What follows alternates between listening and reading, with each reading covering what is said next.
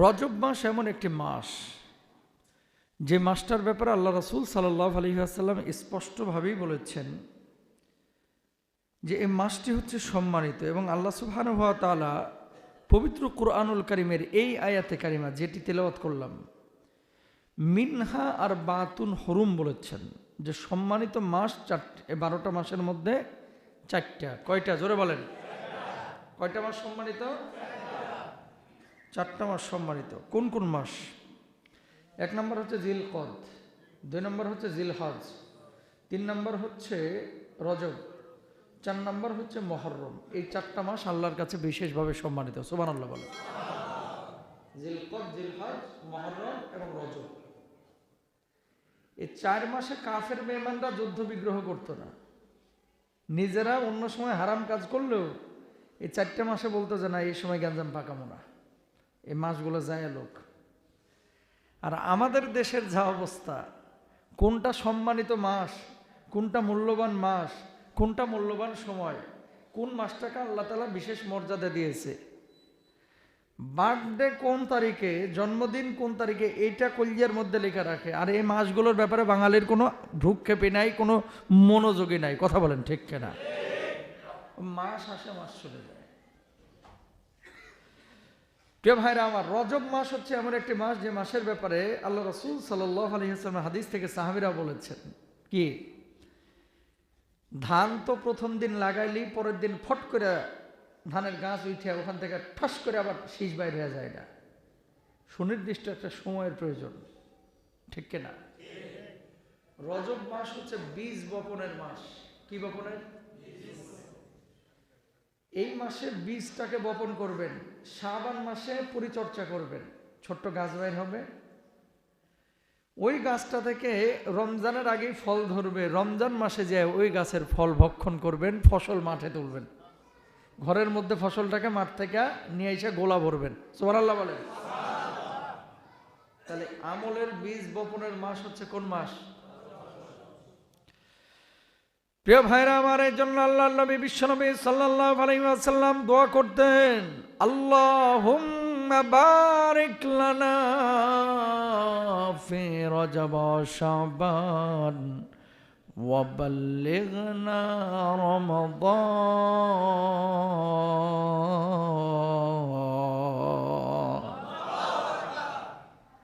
আল্লাহ রজব এবং শাবানকে আমাদের জন্য বরকতময় করুন, আর রমজান পর্যন্ত আমাদেরকে পৌঁছায় দিন। সুবহানাল্লাহ। কি গো, মন চায় না রমজান আসুক? খুশি লাগে না? বেজার লাগে? রমজান মাস আনন্দের মাস মুমিনদের জন্য।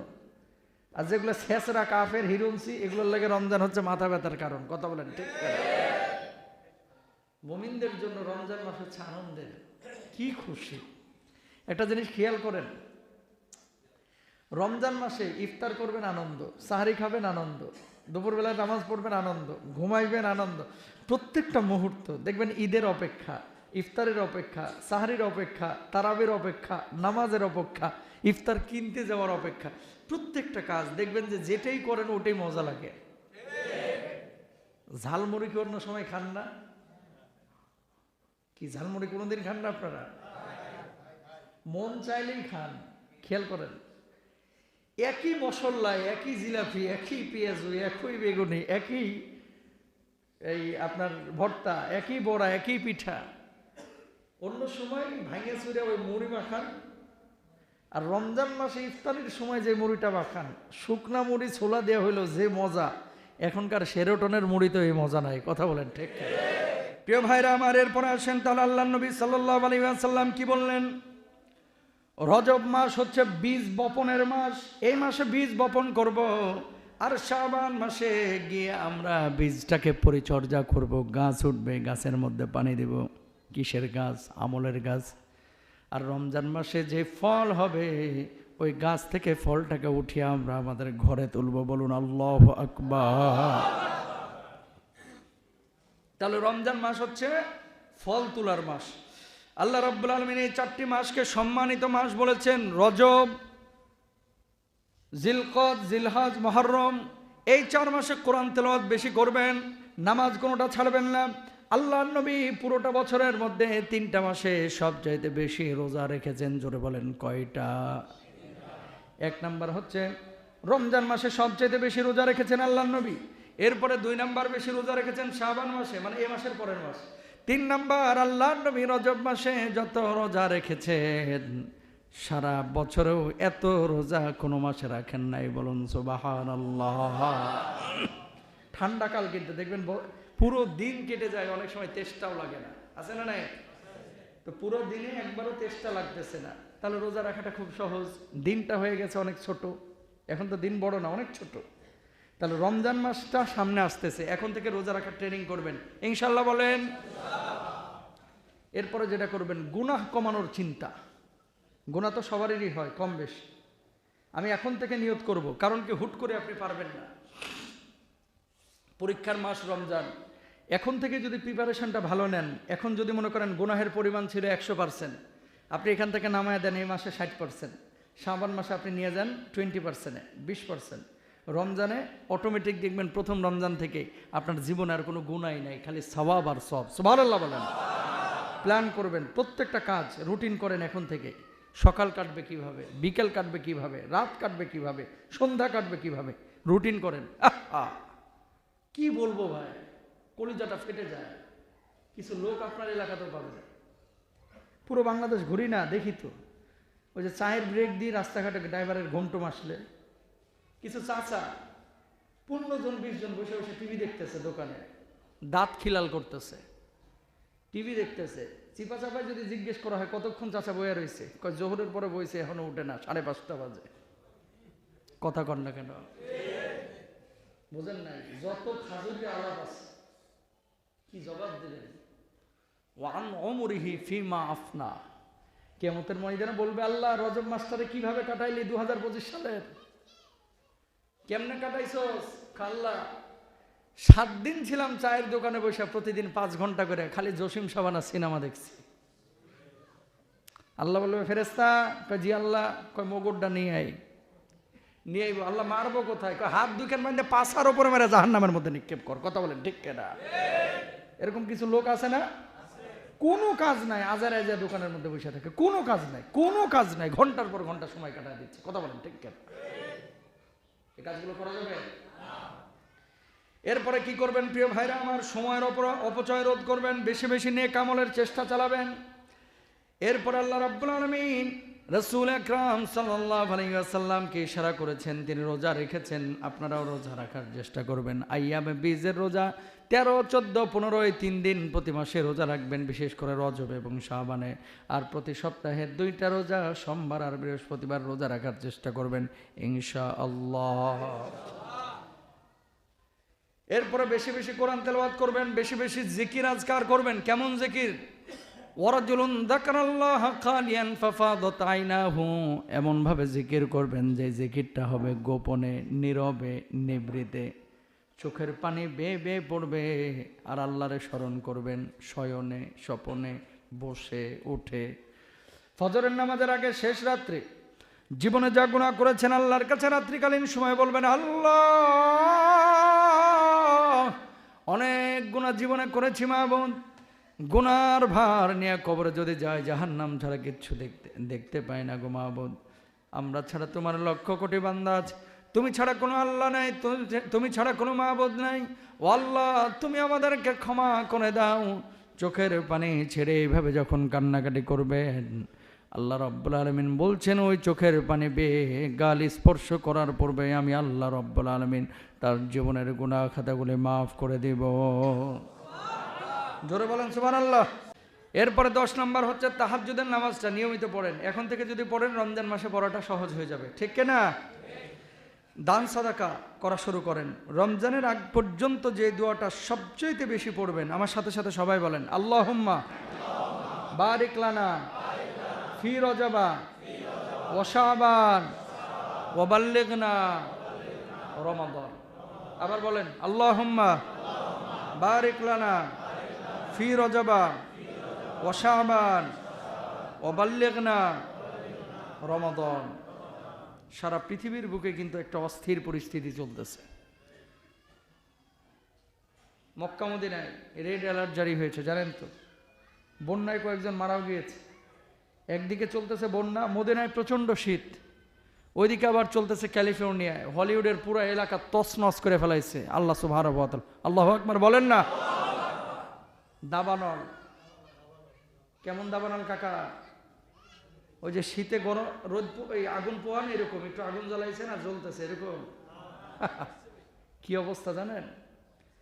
মাইলের পরে মাইল, কিলোমিটারের পরে কিলোমিটার, দমকল বাহিনী ও যাওয়ার সাহসী পাইতেছে না, এমন আগুন। ঝড়ো বাতাস, পানি যদি হয় তাহলে তো আগুন নেমে যায়। ধরেন এই 2 কিলোমিটার আগুন জ্বলতেছে না, এমন ঝড়ো বাতাস শুরু হয়েছে যেখান থেকে আরো 15 কিলোমিটার পর্যন্ত জ্বালায় ফেলাইতেছে। বড় বড় বিল্ডিং মেছাকার হয়ে গেছে। হলিউডের যে সমস্ত এলাকাগুলো, এখানে বড় বড় শিল্পপতি মালদাররা থাকতো, মিলিয়নিয়র বিলিয়নিয়র, মেছাকার করে ফেলেছে। কেন আল্লাহ রাব্বুল আলামিন করেছেন আল্লাহ ভালো জানেন। তবে পৃথিবীতে পাপ বেড়েছে, এই পাপের কারণে সৌদি আরবেও আযাব আসতেছে, আমেরিকাতেও আসতেছে। কথা বলেন ঠিক কেন? পাপ কি কমছে? মক্কা মদিনায় পাপ নাই, কিন্তু মক্কা মদিনার মানুষ, কিছু পাপী মানুষ তো মক্কা মদিনাতেও আছে, আছে না নাই? আবু জাহেলের জন্ম মক্কা, আবু বকর রাদিয়াল্লাহু তাআলা আনহুদের কবর হচ্ছে মদিনায়, কিন্তু সব মক্কার মানুষ, মদিনার মানুষ যে আল্লাহর জান্নাতে চলে গেছে, বিষয়টা কিন্তু এরকম না। সমন্বিতভাবে গোটা সৌদি আরব কেন, গোটা মিডিল ইস্টের চিত্র যা এই বর্তমান পরিস্থিতিতে, আযাব আসা, গজব আসা, এটা তো কি আযাব, বন্যা, জলোচ্ছ্বাস, এর চাইতে আরো ভয়াবহ বড় আযাব আসতেও পারে যদি পাপ আমরা বন্ধ না করি, ঠিক কিনা? গাজার মুসলমানরা হয়তো আজকে খুশি, কারণ যাদের সহযোগিতায় গাজাবাসী জ্বলেছে, আজকে তারাও জ্বলতেছে। আল্লাহ মাফ করুক। ডিরেক্ট যদি বলি তাহলে অনেকে কষ্ট পাবে, ডিরেক্ট বলতে চায় না। তবে এমনি এমনি এগুলো হয় না, আল্লাহ দেখেন, ছাড় দেন, একেবারে ছেড়ে দেন না, ঠিক কেনা? কেন আসে দাবানল, আসে কেন জানেন? শুধু পাপ, এটা তো কমন কথা। 15টা কারণ তিরমিজির মধ্যে আছে। কয়টা? জোরে বলেন কয়টা? 3-4 মিনিটে বলে দিই। 1 নাম্বার, ইদাত্তা খদাল ফাই উদওয়ালা, রাষ্ট্রীয় সম্পদগুলোকে যখন গনিমতের মালের মতো লুটে পুটে খাবে। কয় নাম্বার? শাসক শ্রেণীর মানুষ সম্পদ লুটপাট করে কি করে না? জোরে বলেন। আমানতের খেয়ানত করবে, বল আমানাতু মাগনামা। কথা বললে যদি বলা হয় যে এটা বললেন না, এটা আরো বেশি বলে। বুঝেন নাই কথা? আপনি একটা কথা আপনার বন্ধুকে বললেন যে এই কথাটা বললেন না, ওই কথাটা আরো বেশি বলে। রাষ্ট্রীয় কোষাগারে কম্বল আসলো, সম্পদ আসলো, এই সম্পদগুলো নিজের মতো করে বানায়, এই মানে কুক্ষিগত করে অনেকে চুরি করে বেচে ফেলায়, খেয়ানত করে। ও জাকাত মাগরামা, জাকাত অস্বীকার করবে। ও তুআল্লিমা লিগায়রিদ দ্বীন, জ্ঞান অর্জন করবে, দিন শিখবে শুধুমাত্র টাকা কামানোর জন্য, দুনিয়াবী স্বার্থের জন্য। মানুষ শিক্ষিত বলবে এই জন্য। অধিকাংশ মানুষ যারা শিক্ষিত, এখন অনার্স করতেছে, মাস্টার্স করতেছে, পিএইচডি করতেছে, উদ্দেশ্য একটাই, পড়াশোনা করে যে গাড়ি ঘোড়ায় চড়ে সে। ওর উদ্দেশ্য হচ্ছে গাড়ি ঘোড়ায় চড়া। মানব শিকা ঘোড়ার ডিম, মুখে বলে, অন্তরে নাই। যান সরকারি বিভিন্ন অফিসে, আপনারে ছাগলের মতো দাম দেয় না, অনেক অফিসার আছে। কথা কন ঠিক কেনা? বাপরে বাপ, সিএর একটা পাওয়ার পরে সুপারগুলো লেগে গেছে। বকশিস ছাড়া স্যারের কলম লড়েই না, আছে না? হারাম। এগুলো যখন বেড়ে যাবে, পাপগুলো আগে শুনেন, তারপরে কি? ওয়াতা রাজুল ইমরাতাহু আক্কা উম্মাহু, আল্লাহ রাসূল বলছেন স্ত্রীদের বাধ্য হবে আর বাপ মার অবাধ্য হয়ে যাবে। ওয়াদনা সাদিকাহু, এর মানে এই না যে স্ত্রীর হক আদায় করবেন না, হক আদায় করবেন। ওয়াদনা সাদিকাহু, বন্ধু বান্ধবের সাথে সময় যাপন বেশি করবে, আড্ডাবাজি, গল্প, যেটাতে কোনো লাভ নাই। কেমন? কাজের কথা হলে বন্ধুর সাথে আপনি কথা বলেন। কিছু ছেলেপেলে আছে ফ্রেন্ডদের সাথে যখন বসে 6 ঘন্টা 7 ঘন্টা, নামাজের খবর নাই, ইবাদতের খবর নাই, খালি ফাহেসা কথা, নারী নিয়ে কথা, প্রেম নিয়ে কথা, জেনা নিয়ে কথা, মদ নিয়ে কথা, নেশা নিয়ে কথা। কথা বলেন ঠিক কেনা? ওয়াযহারাতিল আসওয়াতু ফিল মাসাজিদ, দুনিয়ার মধ্যে আজে বাজে কথাবার্তা, দুনিয়াবি আলাপ আলোচনা, যেগুলোর সাথে দিনের ন্যূনতম কোনো সম্পর্ক নাই, এগুলো বেড়ে যাবে। ওয়াসাদাল কাবিলাতা ফাসিকুহুম, সমাজের পাপিষ্ঠ লোকগুলো বড় বড় লিডারে পরিণত হবে। বুঝেন নাই কথা? যেটা নামাজ পড়ে না, যেটা আল্লাহকে মানে না, যেটা সুদ ঘুষ বর্জন করে না, সব এলাকায় না, কিছু এলাকায় দেখবেন যে যত বড় চাঁদাবাজ, পুলিশ ম্যানেজ করে চলতে পারে, থানা ম্যানেজ করে চলতে পারে, এ অত বড় লিডার। কথা বলেন ঠিক কিনা? চরিত্র দেখে তাকে লিডার নির্ধারণ করা হয় না, দেখা হয় কে কত ম্যানেজ করতে পারে, কে কত ফাঁক ফোকর চিনে, এর লিডার বানানো হয়। কথা বলেন? ম্যাক্সিমাম এলাকার চিত্র, আপনাদের এলাকা ছাড়া এরকম ম্যাক্সিমাম এলাকার চিত্র। আর মানুষে এখন এটা বলে যে ও কিসের লিডার, একটা পুলিশ ম্যানেজ করতে পারে না, হ্যাঁ কিসের লেগে ভোট দিব? কথা বলেন না কেন? কি আপনি কি চোর? আপনার লাগে পুলিশের ম্যানেজ করা লাগবে কা? তার মানে আপনিও চোর? বুঝেন নাই কথা? পুলিশ ম্যানেজের প্রশ্ন আসবে কেন? আপনি যদি সৎ হয়ে থাকেন ম্যানেজ আসবে কেন? আপনি নিজেই বলবেন বুক ফোলায়, আমার অন্যায় যদি না থাকে আপনি কেন আমাকে ধরবেন? কথা বলেন ঠিক কেন? না, কিছু মানুষ অপরাধ করে, করার পরে বলে যে স্যার একটু ফোন দিয়ে দেন। গাড়ির লাইসেন্স নাই, তুই গাড়ি নিয়ে বাইরে হইছস কা? বুঝেন নাই? গাড়ির কাগজ ঠিক নাই, তো গাড়ি নিয়ে বের হওয়া তোমার জন্য অন্যায়। এখন আপনার পুলিশ ধরছে আর আপনি বলছেন স্যার বড় ভাইয়ের সাথে কথা বলেন। অনেক লোক আছে কিন্তু এরকম করে, পুলিশ ধরছে গাড়ি, এখন মামলা দিবে, কই স্যার একটু বড় ভাইয়ের সাথে কথা বলে না। বড় ভাই কোন বড় ভাই? ও বড় ভাই বলতেছে আমি কিন্তু নৌকার লোক, আমি কিন্তু ধানের শেষের লোক। আছে না নাই? জোরে বলেন। অমুক থানার, আমি এই অমুক থানার। কেন আপনি এর জন্য তদবির করবেন? ও তো অপরাধী। প্রত্যেকটা মানুষ যদি এরকম করতো যে ভাই তুই অপরাধ করতে পারবি না, আমি তোর জন্য কোনো তদবির করব না, নিজে অন্যায় করব না, আর একজনের অন্যায় সহযোগিতাও করব না, ঠিক কিনা? নবীজি এই কথাগুলো কেমনে জানছে? আগেই গোটা বাংলাদেশের চিত্র মিলে যায় নবীজির হাদিসের সাথে। সুবহানাল্লাহ বলেন। এরপর আল্লাহ নবী কি বলছেন দেখেন, ওয়াকানা জাইমুল কওমি আরজালুহুম ওয়া উকরিমার রাজুলু মাখাফাতা শাররিহি। লিডারদেরকে মানুষ সম্মান করবে ভয় পাইয়া, ভালোবাসে না। সালাম কালাম করবে ভয় পাইয়া, ভালোবাসে না। এরপর বলছে ওয়া দহরাতিল কায়নাত ওয়াল মাআজিফ। গায়ক গায়িকা, নায়ক নায়িকা যারা অশ্লীলতা ছড়ায় এদেরকে আদর্শ মানবে। এই জামানা চলতেছে সেই জামানা। অশরিবাতিল খুমুর, মদ পানের প্রবণতা বাড়বে। ওয়ালাইনা আখিরু হাযিহিল উম্মতি আউওয়ালাহা, পরবর্তীরা পূর্ববর্তীদেরকে অভিশাপ দিবে। এরপরে নবীজি বলছে ফালিয়ার তাকিবু আইন্দা যালিকা রিহান হামরা, যখন এই পাপগুলো বেড়ে যাবে আল্লাহর পক্ষ থেকে দাবানল ছড়িয়ে পড়বে, আগুন ছড়িয়ে পড়বে। আল্লাহু আকবার। সারা পৃথিবীতে আছে না নাই? দেখছেন প্রত্যেকটা পাপ ছড়িয়ে পড়েছে। তাহলে দাবানল যদি বন্ধ করতে হয় এই পাপগুলো বন্ধ করতে হবে। আহা, আমাদের বাংলাদেশ তো অনেক ভালো, অন্তত পরক্রিয়া, প্রেম, জেনা, ব্যভিচার এগুলো চুপে চাপে করে, প্রকাশ্যে করে না। এমন কিছু দেশ আছে পৃথিবীর বুকে এগুলো হয় প্রকাশ্যে। এটা মানুষের মৌলিক অধিকার, এটা মানুষের মৌলিক অধিকার। আপনার ভাত খাওয়া যেমন অধিকার আছে, এই ধরনের পাপ করা আপনার অধিকার আছে। এরা পাপই মনে করে না। নাউজুবিল্লাহ বলেন না। তাপমাত্রা কমাইতে হলে পাপের মাত্রাটা কমাইতে হবে। বোঝেন নাই? আগুনের তাপ যদি কমাইতে চান পাপের মাত্রা কমাইতে হবে। বন্যার ভয়াবহতা যদি কমাইতে চান পাপের মাত্রা কমাইতে হবে। ইনশাআল্লাহ বলেন। কেউ পাপ করবেন না ইনশাআল্লাহ। তাহলে আমরা কোথায় ছিলাম? রজব মাস। আল্লাহ সুবহানাহু ওয়া তাআলা এই রজবকে আল্লাহ তাআলা আমাদেরকে দিয়েছেন। প্রত্যেকটা মানুষকে রমজান পর্যন্ত হায়াত বাড়ায়া দেন। সবাই বলেন আমিন। পবিত্র কোরআনুল কারীমের মধ্যে আল্লাহ সুবহানাহু ওয়া তাআলা রাসূল আকরাম সাল্লাল্লাহু আলাইহি ওয়াসাল্লামকে ভালোবাসতে বলেছেন। আমরা প্রত্যেকেই দাবি করি যে আমার নবীকে আমরা অনেক ভালোবাসি। তো নবীজি রজবে যে কাজগুলো করতে বলেছেন এগুলো করতে হবে না? করা দরকার আছে না? আছে। প্রত্যেকটা মানুষ চেষ্টা করব মৌখিকভাবে নবীকে ভালোবাসা আর কার্যক্ষেত্রে নবীর সুন্নাহ বাস্তবায়ন করা, এটা আসমান জমিন ফারাক। ওমর ফারুক রাদিয়াল্লাহু তাআলা আনহু আল্লাহর নবী সাল্লাল্লাহু আলাইহি ওয়াসাল্লাম বললেন,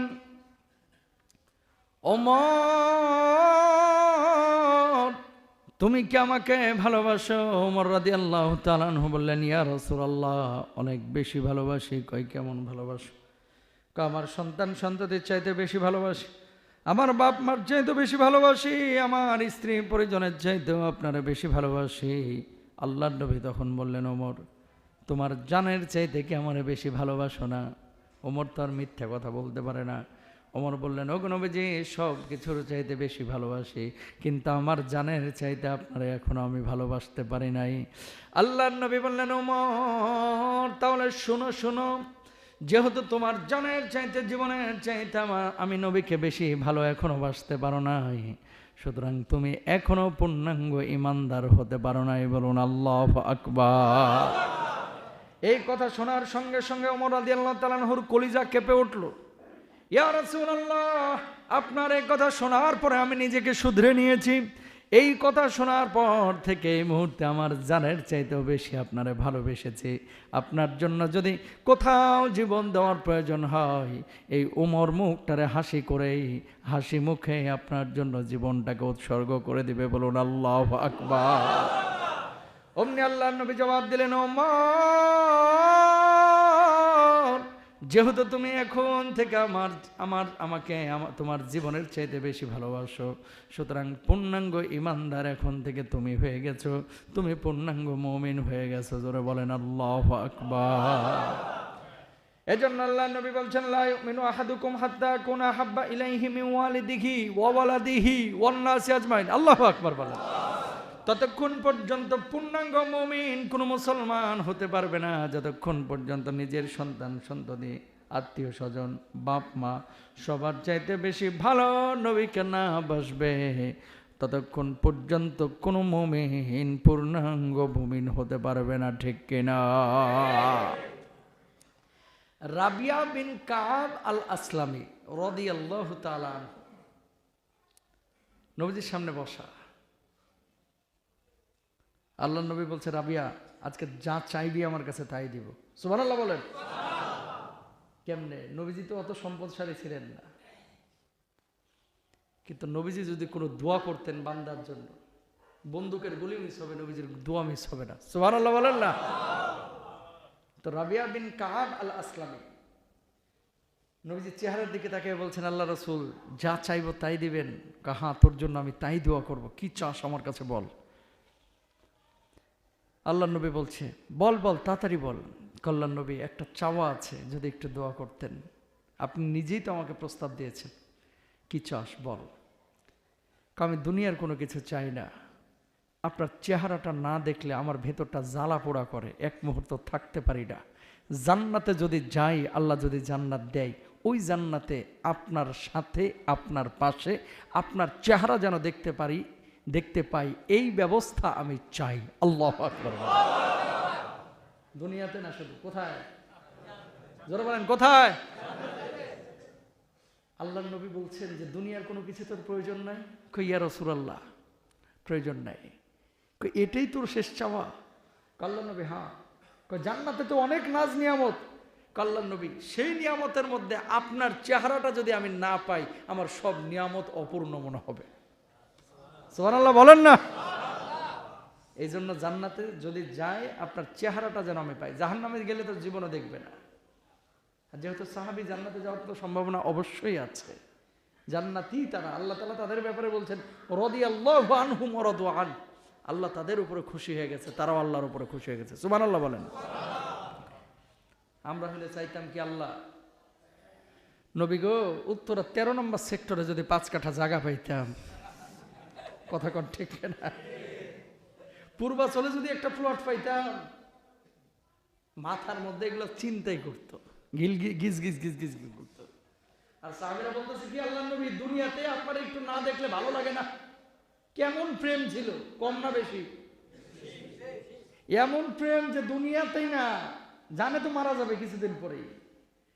জান্নাতে গেলে যেন আপনার চেহারার পাশেই থাকতে পারি, আপনার প্রতিদিন যেন দেখতে পাই। আল্লাহর নবী আল্লাহর কাছে এই দোয়াটা করে দেন। সুবহানাল্লাহ বলেন।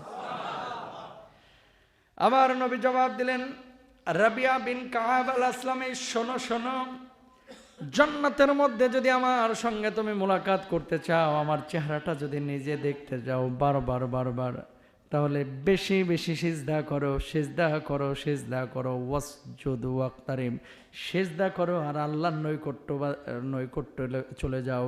আর আল্লাহ রাব্বুল আলামিন এই আমলের কারণে আমার পাশে তোমার থাকার ব্যবস্থা করে দিবেন। তাহলে সিজদা বেশি করতে হবে না কম? সুবহানাল্লাহ বলেন। উহুদের প্রান্তরে এক মহিলা দৌড় দিয়েছে। নবীজির দান মোবারক শহীদ হলো, গোটা মদিনায় ছড়িয়ে পড়ল। আল্লাহর নবী দুনিয়া থেকে ইন্তেকাল হয়ে গেছে, শহীদ হয়ে গেছে, চলে গেছে।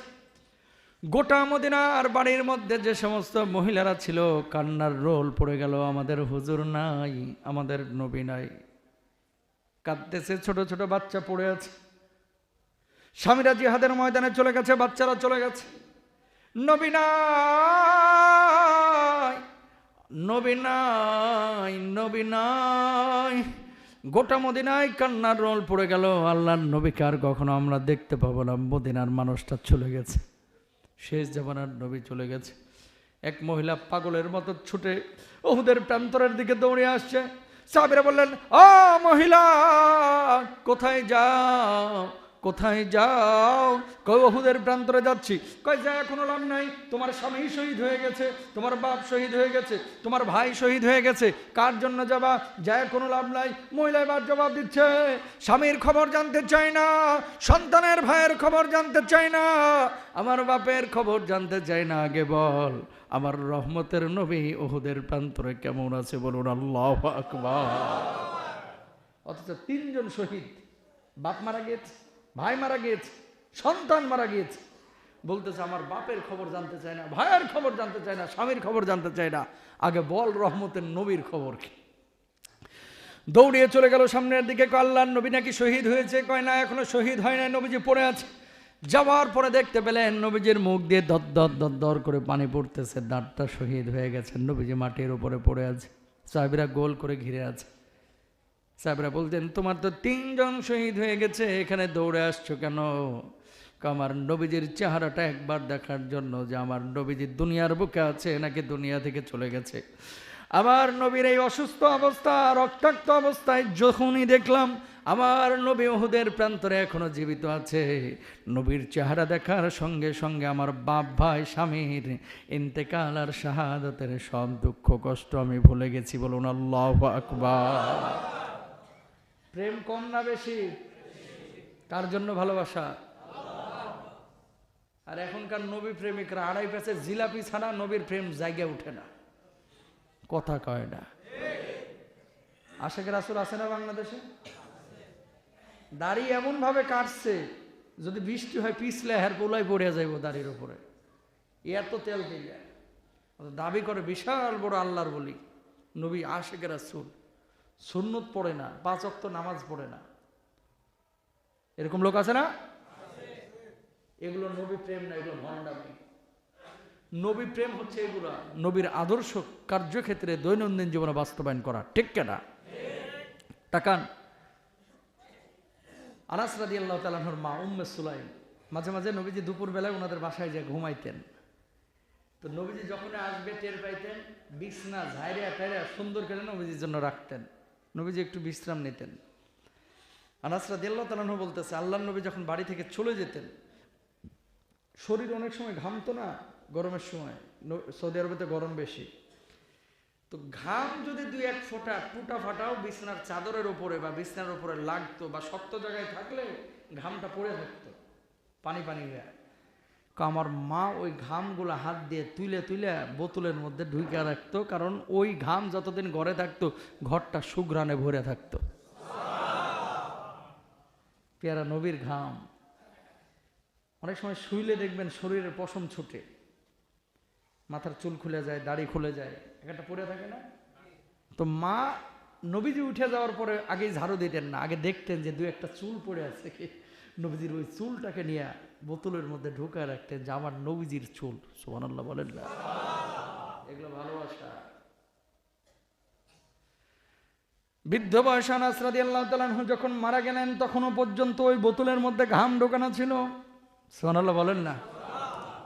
আনাস রাদিয়াল্লাহু তাআলা আনহু বলেছিলেন, আমার ইন্তেকালের পরে ওই কাফনের উপরে একটু পারলে ওই বোতল থেকে ঘাম নিয়ে একটু মিলাইয়া দিস, যাতে করে নবীজির ছোঁয়া আমিও পাই। বজর বলেন সুবহানাল্লাহ।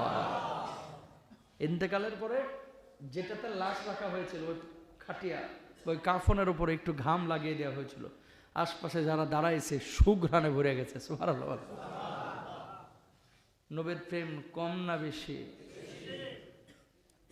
তারাও প্রেম করেছে আর আমরাও প্রেম করতেছি। এমন প্রেম করে নবীজিরে গালি দেয়, বদমাইশ একটা দিন মিছিল পর্যন্ত করে না, প্রতিবাদ করে না, ফেসবুকে একটু লেখেও না, কয়েকগুলো হেফাজতের আর জামাতের কাজ। আমি তো নমাজ পড়ি, তুমি নমাজি না, তুমি মুনাফেক। আল্লাহ আল্লাহ নবীর সম্মান ইজ্জত রক্ষা করা এটা আমাদের প্রত্যেকের দায়িত্ব, ঠিক না? পারবো না ইনশাল্লাহ? আরো জোরে বলেন, পারবেন না? নবীর প্রেম জাগ্রত করেন, বড় বড় ডালিম খাইতে পারবেন জান্নাতে গিয়া। ডালিম, ডালিম আনার, মেজর ডালিম না, আনার, আনার জান্নাতের মধ্যে আল্লাহ সুবহানাহু ওয়া তাআলা দিবেন। কি? আঙ্গুর দিবেন, আনার দিবেন, খেজুর দিবেন।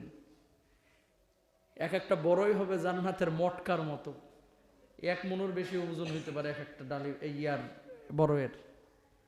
জান্নাতের ফলগুলো থাকবে নিচে ঝুলন্ত, আর গাছের শিকড় থাকবে উপরে।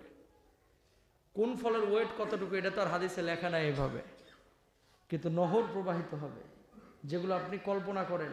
এআই প্রযুক্তি দিয়ে এখন অনেকেই হেভেন মানে জান্নাতের পরিবেশগুলোকে প্রেজেন্ট করে।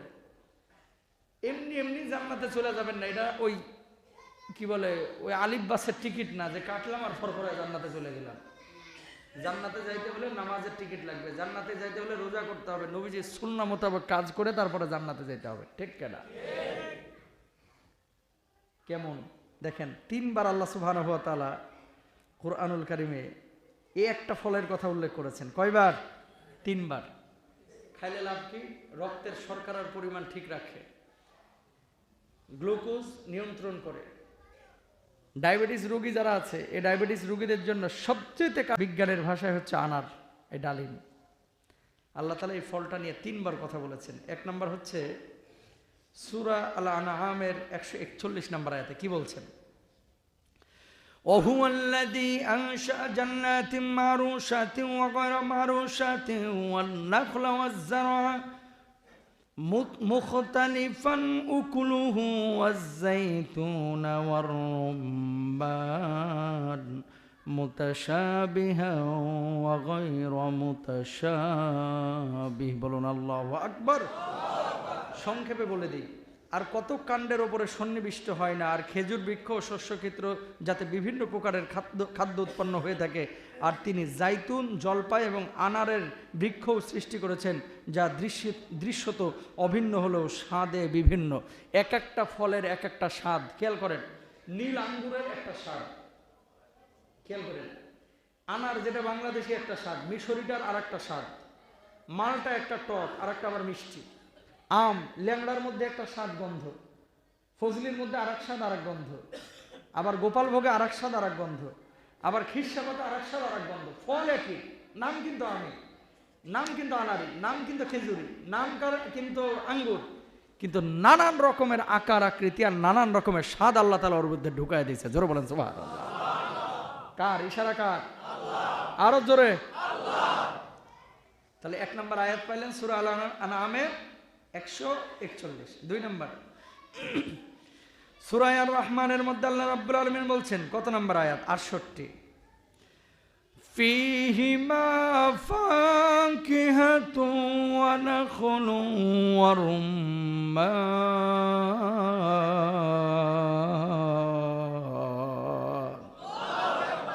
যেখানে রয়েছে ফলমূল, খেজুর এবং আনার। فبأي آلاء ربكما تكذبان আল্লাহু আকবার। আল্লাহর কোন কোন নিয়ামতকে তোমরা অস্বীকার করবা? এরপর আল্লাহ রাব্বুল আলামিন বলছেন, ফীহিন্না খায়রাতুন হিসান,